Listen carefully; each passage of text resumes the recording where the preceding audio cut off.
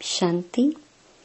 7 अगस्त 2024 बाबा के महावाक्य।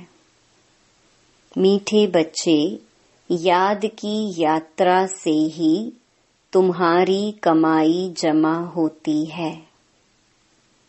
तुम घाटे से फायदे में आते हो, विश्व के मालिक बनते हो। प्रश्न: सत का संग तारे, कुसंग बोरे, इसका अर्थ क्या है? उत्तर: जब तुम बच्चों को सत का संग अर्थात बाप का संग मिलता है, तब तुम्हारी चढ़ती कला हो जाती है। रावण का संग कुसंग है, उसके संग से तुम नीचे गिरते हो, अर्थात रावण तुम्हें डुबोता है।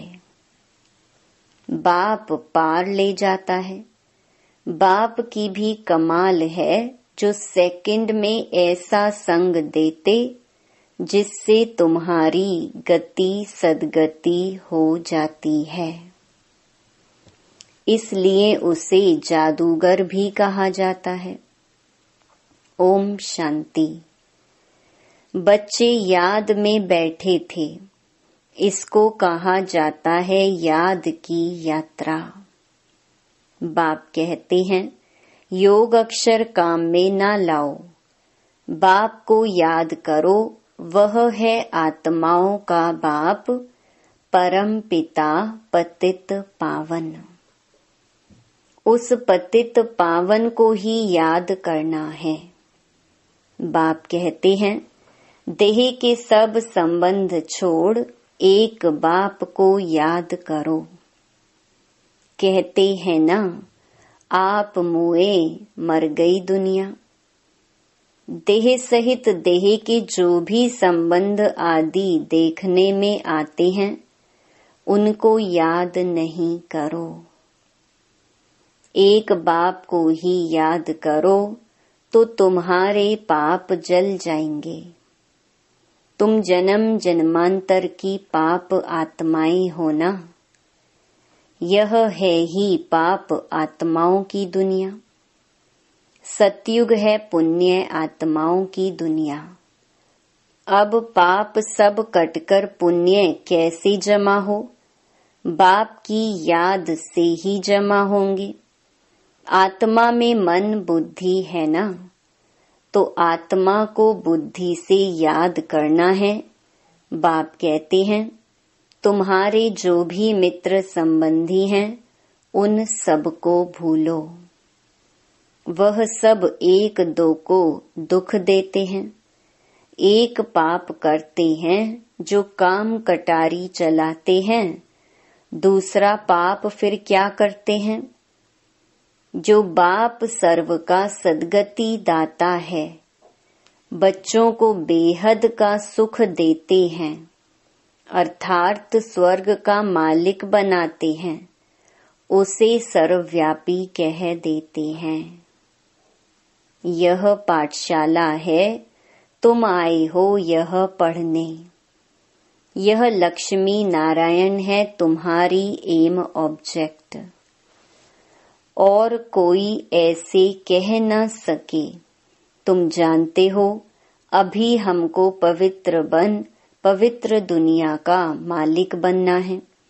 हम ही विश्व के मालिक थे। पूरे 5000 वर्ष हुए। देवी देवता विश्व के मालिक है ना। कितना ऊंच पद है। जरूर यह बाप ही बनाएंगे। बाप को ही परमात्मा कहते हैं।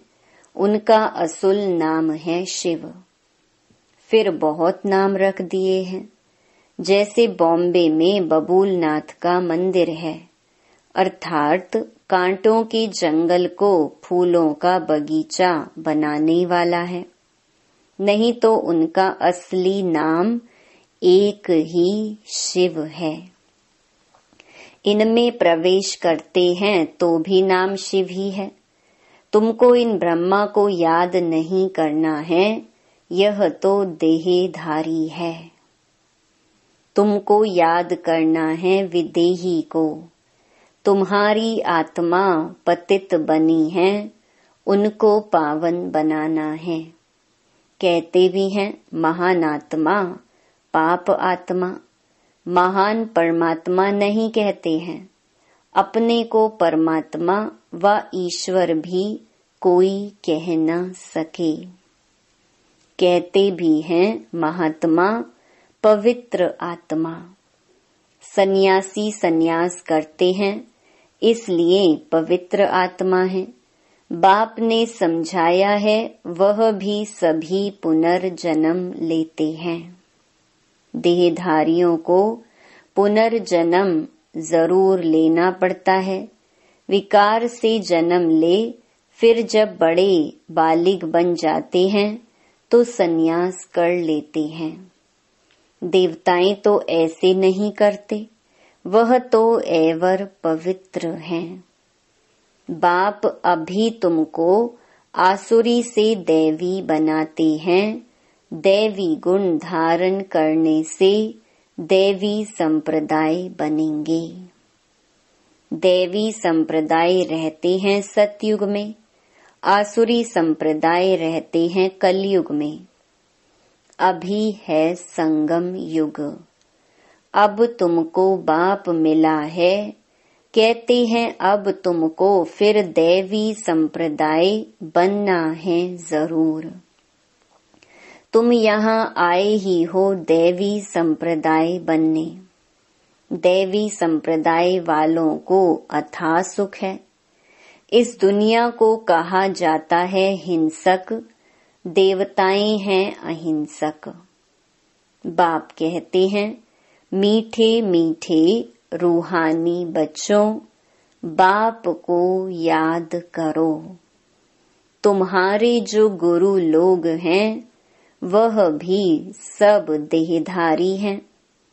अभी तुम आत्माओं को परमात्मा बाप को याद करना है। सुख तब मिलेगा जब तुम पुण्य आत्मा बनेंगे। 84 जन्मों के बाद ही तुम पाप आत्मा बन जाते हो। अभी तुम पुण्य जमा करते हो। योग बल से पापों को खत्म करते हो। इस याद की यात्रा से ही तुम विश्व के मालिक बनते हो। तुम विश्व के मालिक थे तो सही ना, वह फिर कहाँ गए यह भी बाप ही बताते हैं। तुमने 84 जन्म लिए, सूर्यवंशी चंद्रवंशी बने। कहते भी हैं भक्ति का फल भगवान देते हैं। भगवान कोई देहधारी को नहीं कहा जाता है, वह है ही निराकार शिव। उनकी शिवरात्रि मनाते हैं तो जरूर आते हैं ना। परंतु कहते हैं मैं तुम्हारे सदृश्य जन्म नहीं लेता हूँ। मुझे शरीर का लोन लेना पड़ता है, मुझे अपना शरीर नहीं है। अगर होता तो उनका नाम होता। ब्रह्मा नाम तो इनका अपना है। इसने सन्यास किया तब नाम ब्रह्मा रखा है। तुम हो ब्रह्मा कुमार कुमारियां। नहीं तो ब्रह्मा कहाँ से आया? ब्रह्मा है शिव का बेटा। शिव बाबा अपने बच्चे ब्रह्मा में प्रवेश कर तुमको ज्ञान देते हैं। ब्रह्मा विष्णु शंकर भी इनके बच्चे हैं। निराकार बाप के सब बच्चे निराकार हैं। आत्माएं यहाँ आकर शरीर धारण कर पाठ बजाती हैं। बाप कहते हैं मैं आता ही हूँ पतितों को पावन बनाने। मैं इस शरीर का लोन लेता हूँ। शिव भगवानुवाच है ना। श्री कृष्ण को तो भगवान नहीं कह सकते, भगवान तो एक ही है। श्री कृष्ण की महिमा ही अलग है। पहला नंबर देवता है राधे कृष्ण, जो स्वयंवर के बाद फिर लक्ष्मी नारायण बनते हैं, परंतु यह कोई जानते नहीं। राधे कृष्ण का किसको भी पता नहीं है, वह फिर कहाँ चले जाते हैं। राधे कृष्ण ही स्वयंवर के बाद फिर लक्ष्मी नारायण बनते हैं। दोनों अलग अलग महाराजाओं के बच्चे हैं। वहाँ अपवित्रता का नाम नहीं है, क्योंकि 5 विकार रूपी रावण ही नहीं है ही राम राज्य। अब बाप आत्माओं को कहते हैं कि मुझे याद करो तो तुम्हारे पाप कट जाएंगे। तुम सतो प्रधान थे, अब तमो प्रधान बने हो। घाटा पड़ा है, फिर जमा करना है। भगवान को व्यापारी भी कहा जाता है। कोई विरला उनसे व्यापार करे। जादूगर भी उनको कहते हैं। कमाल करते हैं जो सारी दुनिया की सद्गति करते हैं। सबको मुक्ति जीवन मुक्ति देते हैं। जादू का खेल है ना, मनुष्य मनुष्य को दे नहीं सकते। तुम 63 जन्म भक्ति करते आए हो। इस भक्ति से कोई ने सद्गति को पाया है? कोई है जो सद्गति दे? हो नहीं सकता। एक भी वापस जा नहीं सकता। बेहद का बाप ही आकर सबको वापस ले जाते हैं। कलयुग में अनेक राजाएं हैं, वहाँ तुम थोड़े राज्य करते हो। बाकी सब आत्माएं मुक्ति में चली जाती हैं। तुम जाते हो जीवन मुक्ति में वाया मुक्ति धाम। यह चक्कर फिरता रहता है। अभी तुम आत्माओं को दर्शन हुआ है इस सृष्टि चक्र का, रचयिता और रचना के आदि मध्य अंत का। तुम ही इस ज्ञान से नर से नारायण बनते हो। देवताओं की राजधानी स्थापन हो गई, फिर तुमको ज्ञान की दरकार नहीं रहेगी। भक्तों को भगवान ने फल दिया आधा कल्प सुख का, फिर रावण राज्य में दुख शुरू होता है। आहिस्ते आहिस्ते सीढ़ी उतरते हैं। तुम सतयुग में हो तो भी एक दिन जो बीता सीढ़ी उतरनी होती है। तुम 16 कला संपूर्ण बनते हो, फिर सीढ़ी उतरते ही रहते हो। सेकंड बाय सेकंड टिक टिक होती है, उतरते ही जाते हैं। समय बीतते बीतते इस जगह आकर पहुँचे हो। वहाँ भी तो ऐसे ही घड़ियां बीतती जाएंगी। हम सीढ़ी चढ़ते हैं एकदम फट से, फिर सीढ़ी उतरनी है जूं मिसल। बाप कहते हैं मैं सर्व की सद्गति करने वाला हूँ। मनुष्य की सद्गति कर न सके, क्योंकि वह विकार से पैदा होते हैं, पतित हैं। वास्तव में श्री कृष्ण को ही सच्चा महात्मा कह सकते हैं। यह महात्मा लोग तो फिर भी विकार से जन्म ले फिर संन्यास करते हैं। वह तो हैं देवता। देवताएं तो सदैव पवित्र हैं, उनमें कोई विकार होता नहीं। उनको कहा ही जाता है निर्विकारी दुनिया। इसको कहा जाता है विकारी दुनिया। No purity. चलन कितनी खराब है। देवताओं की चलन तो बड़ी अच्छी होती है। सब उनको नमस्ते करते हैं। कैरेक्टर्स उन्हों के अच्छे हैं, तब तो अपवित्र मनुष्य उन पवित्र देवताओं के आगे माथा टेकते हैं। अभी तो लड़ना झगड़ना क्या क्या लगा पड़ा है, बड़ा हंगामा है। अभी तो रहने की भी जगह नहीं। चाहते हैं मनुष्य कम हो, परंतु यह तो बाप का ही काम है। सतयुग में बहुत थोड़े मनुष्य होते हैं, इतने सब शरीरों की होलिका हो जाती है। बाकी सब आत्माएं चली जाती हैं अपने स्वीट होम। सजाएं तो नंबरवार भोगते हैं जरूर। जो पूरा पुरुषार्थ कर विजय माला का दाना बनते हैं, वह सजाओं से छूट जाते हैं। माला एक की तो नहीं होती। जिसने उन्हों को ऐसा बनाया वह है फूल। फिर है मेरू, प्रवृत्ति मार्ग है ना, तो जोड़ी की माला है, सिंगल की माला नहीं होती। सन्यासियों की माला होती नहीं, वह है निवृत्ति मार्ग वाले। वह प्रवृत्ति मार्ग वालों को ज्ञान दे न सके। पवित्र बनने के लिए उनका है हद का सन्यास। वह है हठ योगी। यह है राजयोग।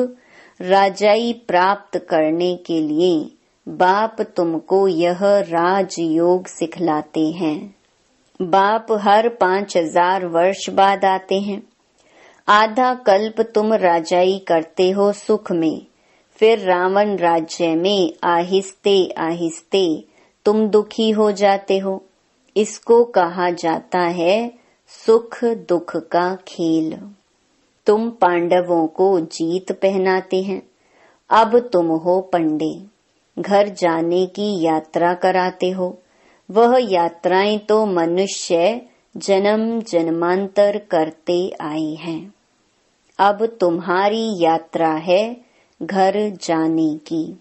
बाप आकर सबको मुक्ति जीवन मुक्ति का रास्ता बताते हैं। तुम जीवन मुक्ति में, बाकी सब मुक्ति में चले जाएंगे। हाहाकार के बाद फिर जय जयकार हो जाती है। अभी है कलयुग का अंत। आफतें तो बहुत आने की हैं। फिर उस समय तुम याद की यात्रा में रह नहीं सकेंगे, क्योंकि हंगामा बहुत हो जाएगा।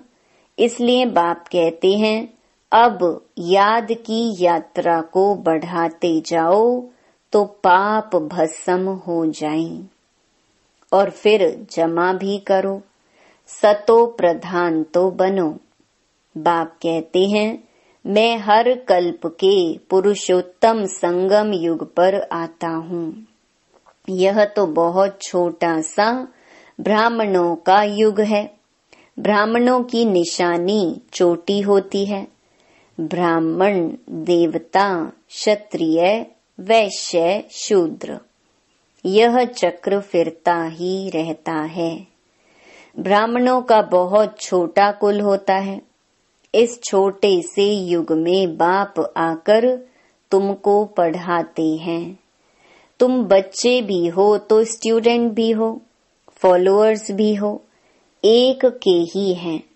ऐसा कोई मनुष्य होता नहीं जो बाप भी हो, शिक्षा देने वाला टीचर भी हो, सृष्टि के आदि मध्य अंत का ज्ञान देता हो, फिर साथ में भी ले जाए। ऐसा कोई मनुष्य हो न सके। यह बातें अभी तुम समझते हो। सतयुग में भी पहले पहले बहुत छोटा झाड़ होता है, बाकी सब शांति धाम में चले जाएंगे। बाप को कहा जाता है सर्व का सद्गति दाता। बाप को बुलाते हैं हे पतित पावन बाबा आओ। दूसरे तरफ फिर कहते हैं परमात्मा कुत्ते बिल्ली पत्थर ठिक्कर सब में है।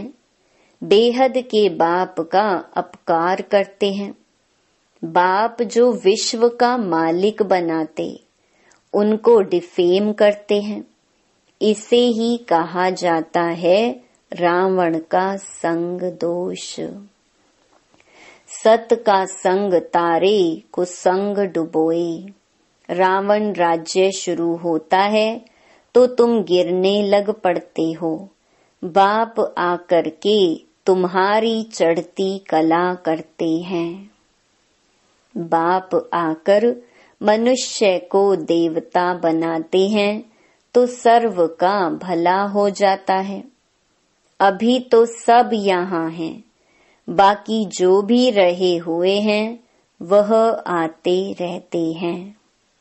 जब तक निराकारी दुनिया से सब आत्माएं आ जाएंगी तब तक तुम इम्तिहान में भी नंबरवार पास होते जाएंगे। इनको कहा जाता है रूहानी कॉलेज। रूहानी बाप रूहानी बच्चों को पढ़ाने आते हैं। रावण राज्य आया तो फिर शरीर छोड़ अपवित्र राजा बने और पवित्र देवताओं के आगे माथा टेकने लगे। आत्मा ही पतित अथवा पावन बनती है। आत्मा पतित तो शरीर भी पतित मिलता है। सच्चे सोने में खाद पड़ती है तो खाद का जेवर हो जाता है। अब आत्मा से खाद निकले कैसे? योग अग्नि चाहिए, उनसे तुम्हारे विकर्म विनाश हो जाएंगे। आत्मा में चांदी तांबा लोहा पड़ गया है, यह है खाद। आत्मा सच्चा सोना है, अब झूठी बन गई है, वह खाद निकले कैसे? यह है योग अग्नि। ज्ञान चिता पर बैठे हो, आगे थे काम चिता पर। बाप ज्ञान चिता पर बिठाते हैं, सिवाय ज्ञान सागर बाप के और कोई ज्ञान चिता पर बिठा न सके। मनुष्य भक्ति मार्ग में कितनी पूजा करते रहते हैं, लेकिन किसको जानते नहीं। अभी तुम सबको जान गए हो, तुम सब देवता बनते हो तो फिर पूजा की बात ही खत्म हो जाती है। जब रावण राज्य शुरू होता है तब भक्ति शुरू होती है। अच्छा, मीठे मीठे सिकीलधे बच्चों प्रति मात पिता बाप दादा का याद प्यार और गुड मॉर्निंग। रूहानी बाप की रूहानी बच्चों को नमस्ते। धारणा के लिए मुख्य सार। पहला, सजाओं से मुक्त होने के लिए विजय माला का दाना बनने का पुरुषार्थ करना है। रूहानी पंडा बन सबको शांति धाम घर की यात्रा करानी है। दूसरा, याद की यात्रा को बढ़ाते बढ़ाते सब पापों से मुक्त हो जाना है। योग अग्नि से आत्मा को सच्चा सोना बनाना है, सतो प्रधान बनना है। वरदान, हर घड़ी को अंतिम घड़ी समझ सदा एवर रेडी रहने वाले तीव्र पुरुषार्थी भव। अपनी अंतिम घड़ी का कोई भरोसा नहीं है, इसलिए हर घड़ी को अंतिम घड़ी समझते हुए एवर रेडी रहो। एवर रेडी अर्थात तीव्र पुरुषार्थी। ऐसे नहीं सोचो कि अभी तो विनाश होने में कुछ टाइम लगेगा, फिर तैयार हो जाएंगे। नहीं, हर घड़ी अंतिम घड़ी है, इसलिए सदा निर्मोही, निर्विकल्प, निर्व्यर्थ, व्यर्थ भी नहीं, तब कहेंगे एवर रेडी। कोई भी कार्य रहे हुए हो, लेकिन अपनी स्थिति सदा उपराम हो। जो होगा वो अच्छा होगा। स्लोगन, अपने हाथ में लौ उठाना भी क्रोध का अंश है। ओम